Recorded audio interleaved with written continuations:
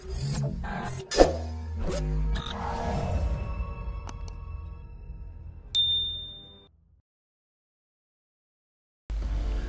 บายดีทุกคนมื้อนี้พาณิชย์จะนำเอาตำนานเรื่องพระบางมาเล่าให้กับทุกคนได้ฟังในมื้อนี้ซึ่งเป็นพระพุทธรูปสำคัญคูบ้านคูเมืองของชาติลาวมาตั้งแต่สานานตั้งแต่สมัยพระเจ้าฟ้างุ่มซึ่งได้อัญเชิญมาประดิษฐานไว้อยู่ที่เมืองหลวงพระบางเป็นพระพุทธรูปปางหามสมุทรหรือบอกหามญาตินั่นเองซึ่งเมืองหลวงพระบางก็น่าจะตั้งมาตามชื่อนี้ส่วนรายละเอียดจะเป็นแนวใดนั้นเดี๋ยวเราไปรับชมรับฟังกันเลยพระบางเป็นพระพุทธรูปมิ่งบานขวัญเมืองของชาวลาวล้านช้างมีพระนามว่าพระบางพุทธลาวันปฏิมากรซึ่งคนลาวเฮามักเอิ้นในปัจจุบันคือพระบางนั่นเองประทับปางหามญาติซึ่งบางแหล่งก็บอกว่าปางประทานอภัยซึ่งมีขนาดหลวงสูง70เซนติเมตรนั่นเอง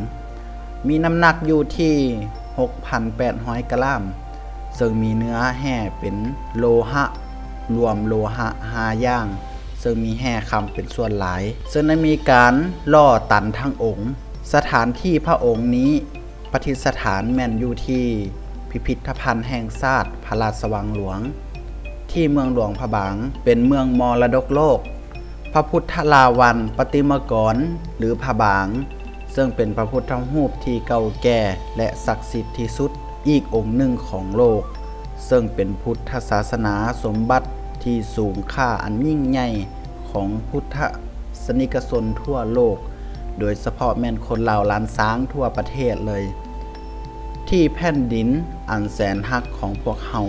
ซึ่งได้เป็นที่ประทับประดิษฐานแก้วมณีดวงประเสริฐในพุทธศาสนามาแต่บูหานาการ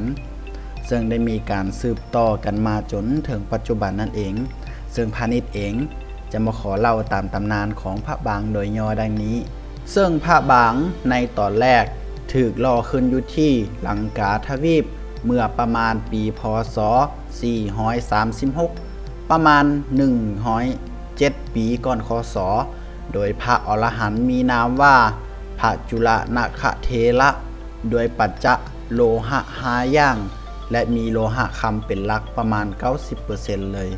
และยังได้มีการบรรจุพระบรมสารีริกธาตุซึ่งเป็นกระดูกของพระพุทธเจ้าบรรจุไว้ใน5ส่วนขององค์พระบางเส้นพระนาละนาภาคพระสอคอพระอุระนาเอิกหอพระกรแขนทั้งสองเบื้องและพระสานุหัวเข่าทั้งสองเมื่อประมาณพ.ศ. 1389ในศตวรรษที่9พระมหากษัตริย์แห่งลังกาทวีปได้พระราชทานพระบางให้เป็นเครื่องบรรณานาการแก่พระเจ้าอินทวรมันที่1มหากษัตริย์แห่งประเทศกัมพูชาก็ได้ตั้งนครวัดนครพรหมอังกอร์โดยมีพระประสงค์ที่จะเผยแพร่พุทธศาสนาไปยังกัมพูชาประเทศและทางเป็นการเจริญสัมพันธไมตรีไว้นับแต่นั้นมาพระบางจึงได้ประดิษฐานไว้ที่ดินแดนเขมรเป็นเวลากว่า4ศตวรรษต่อมาถึงปีพ.ศ. 1898ถึงพ.ศ. 1355ภายหลังได้มีการท้อนโฮมหัวเมืองลาวบูฮานน้อยใหญ่เขาเป็นพระราชอาณาจักรลาวล้านช้างของพระเจ้าฟ้างุ่มโดยมีศูนย์กลางปกครองที่นครเสียงดงเสียงทองได้สำเร็จลงพระเจ้าปรมันทเขนณราชาได้พระราชทานองค์พระบางแก่พระเจ้าฟ้างุ่มโดยมีจุดประสงค์คือ 1. ผ่อนคลายพระมริยะอันเยี่ยมอันเด็ดขาดของพระเจ้าฟ้างุ่มหลังจากพระเดชศึกและขึ้นเสวยราช 2. เพื่อเจริญสัมพันธไมตรีกับล้านช้างในขณะที่นครวัดแห่งอาณาจักรขอมเริ่มเสื่อมอำนาจลงในเวลานั้นจึงจำเป็นต้องเพิ่งพาอาศัยอาณาจักรล้านช้างผู้ที่เป็นญาติวงศ์เพื่อสนองพระประสงค์แก่พระเจ้าฟ้างุ่มที่อยากจะยกเอาพุทธศาสนาขึ้นเป็นศาสนาประจำชาติอีกด้วยเมื่อเป็นเช่นนั้นแล้ว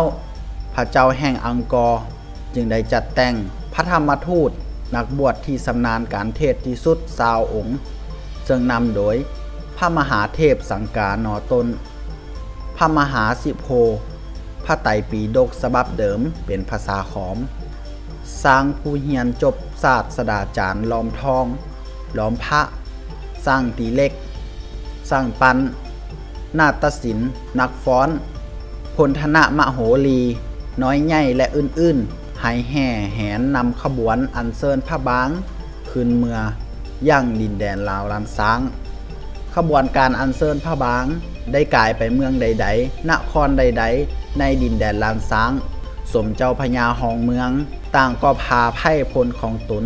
ตกแต่งเครื่องบริขารออกมาบูชาต้อนรับเป็นอย่างดีและสมพระเกียรติแสดงถึงความศรัทธาอันเลื่อมใสของชาวลาวล้านช้างแต่เหนือหอดไตจนขบวนได้มาถึงนครเวียงจันทน์ที่หาดดอนจันทน์ประชาชนก็พากันออกมาถวายการต้อนรับและสักการะบูชาองค์พระบางยังบ่ขาดสายหมวดคณะธรรมทูตและไพร่พลในขบวนแห่วอจึงได้ถือโอกาสพักเอาแห้งที่นครเวียงจันทน์โดยได้ประดิษฐานพระบางไว้ที่หอพระบางหอเก้าที่กวมเอากำแพงของวัดอินแปงจากนั้นขบวนจึงออกเดินทางต่อจนไปถึงเมืองเวียงคำและพักเสาอยู่ที่นั้นแต่พอหุ่งเสาขึ้นมาก็เกิดมีเหตุสจันเกิดขึ้นคือว่าพลทหารที่หามบัลลังก์ของพระบางบ่สามารถยกองค์ขึ้นได้จากที่เคยใช้ทหาร8นายก็เริ่มเป็น16นายจนถึง24นายก็บ่สามารถยกหามขึ้นได้ฉะนั้นคณะธรรมทูตจึงเห็นดีตกลงให้ประดิษฐานพระบางไว้ที่เมืองเวียงคำเสียก่อนเป็นเวลา3ปีคือปีพศ1898ถึง1901หรือคศ1355ถึง1358เมื่อบรรจบ3ปีที่ว่านั้นแล้วพระเจ้าฟ้างุ่มและพระมเหสีแก้วเกณฑ์ยาจึงจัดแต่งขบวนแห่ลงไปยังเวียงคำและอัญเชิญพระบางมาประดิษฐานในนครเสียงดงเสียงทองที่วัดยอดแก้วในปีพศ2022หรือคศ1479ตกในสมัยพระเจ้าไสยจักรพรรดิแทนแพ้วได้เกิดศึกญาติสร้างเพือกกับเจ้าจักรพรรดิเลทันตงแห่งดายเวียดอันเป็นเหตุให้พระบางได้ถูกอัญเชิญมาประดิษฐานอยู่เวียงคำอีกหอบใหม่และพระองค์ก็สวรรคตลงในปีพศ2023หรือคศ1480เจ้าแท่นคำลาสะโอรสพระองค์ที่2ในพระเจ้าไสยจักรพรรดิแท่นแพ้วได้สืบต่อเจตนาของผู้เป็นบิดาโดยการปราบชนะขับไล่ทัพเวียดให้ออกจากแผ่นดินได้ในที่สุดและได้ขึ้นเสวยราชแทนพระบิดาโดยทรงพระนามพระเจ้าสุวรรณบัลลังก์และทรงของราชได้6พรรษาก็ได้สวรรคตลงในปีพศ2029หรือคศ1486ในปีพศ2030หรือคศ1487พระนุสาน้องชายในพระเจ้าสุวรรณบัลลังก์ก็ได้คืนเสวยราชสมบัติต่อจากเจ้าสุวรรณบัลลังก์ผู้เป็นอ้ายและทรงพระนามเป็นพระเจ้าลาแสนไทยพระเจ้าลาแสนไทยผู้ทรงเคยนั่งครองเมืองเวียงคำมาก่อนจึงได้อัญเชิญพระบางคืนไปประดิษฐานยังนครเสียงดงเสียงทองบ่อนเก้าที่วัดเสียนทองในปีดังกล่าวนั่นเองได้ทรงถวายนำให้แก่พระราชธานี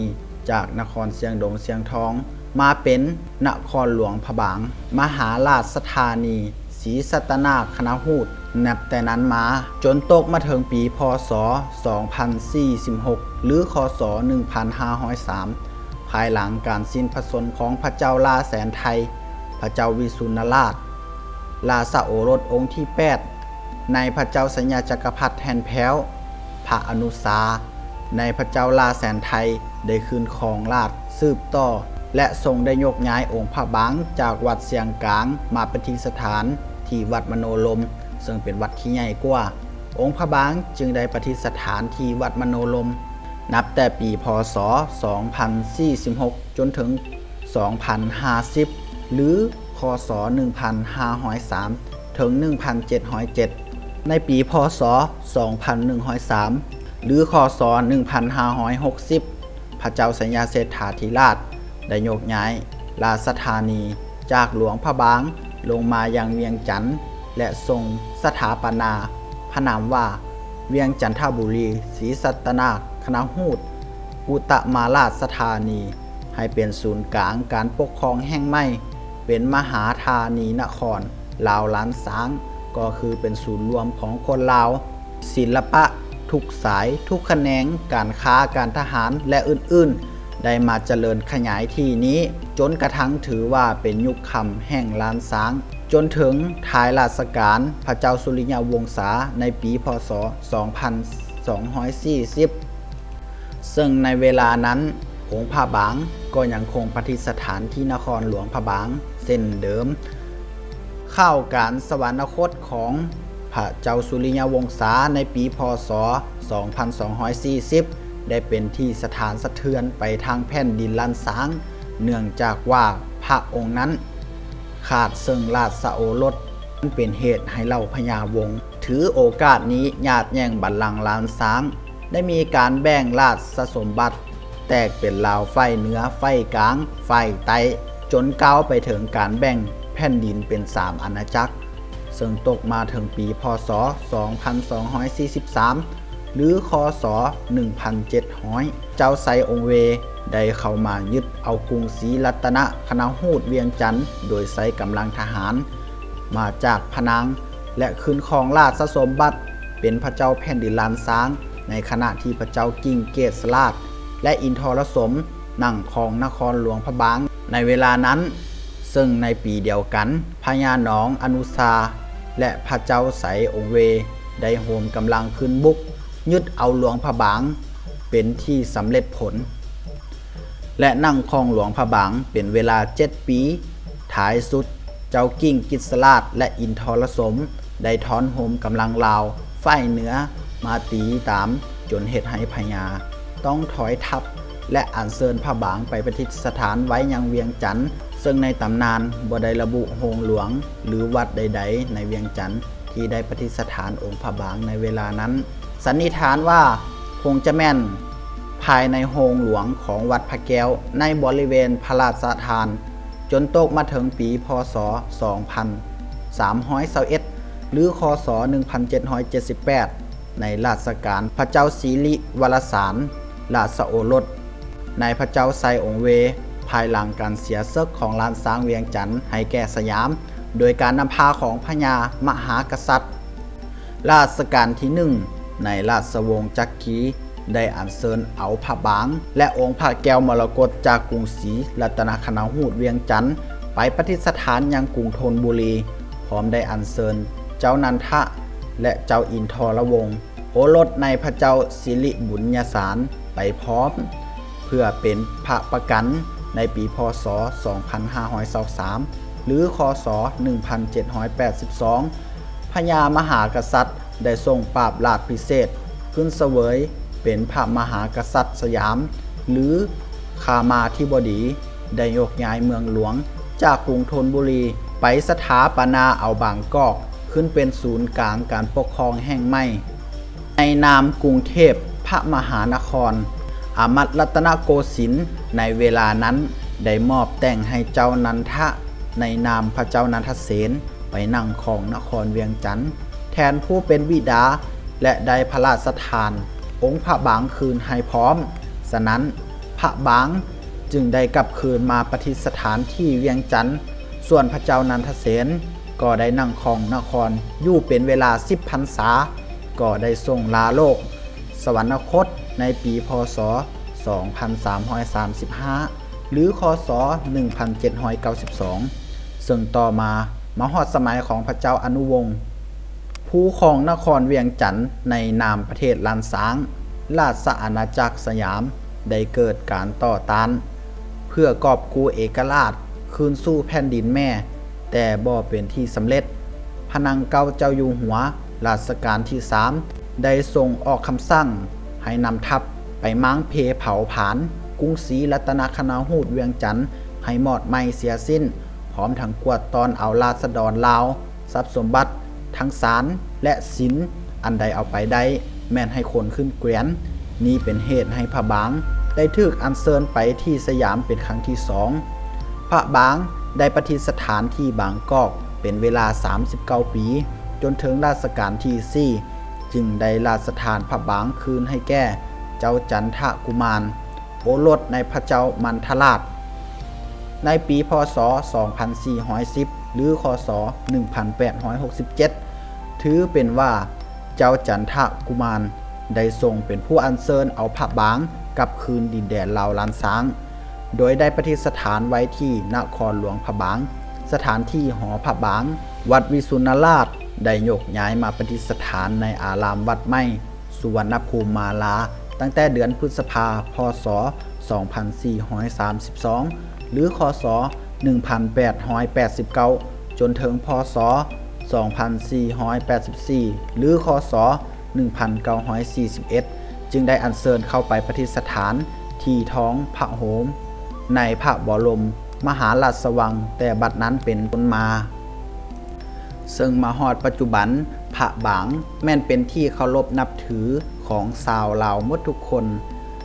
ซึ่งตำนานเรื่องเล่าที่พาณิชย์ได้นำมาเล่าให้ทุกคนได้ฟังก็จบลงเพียงเท่านี้ถ้าหากว่าข้อมูลขาดตกบกพร่องหรือผิดพลาดประการใดพาณิชย์เองต้องขอโทษขออภัยกับผู้ฟังทุกๆคนได้เด้อสุดท้ายนี้พาณิชย์ขอฝากให้ทุกคนช่วยกดไลค์กดติดตามให้กับพาณิชย์เด้อขอขอบใจ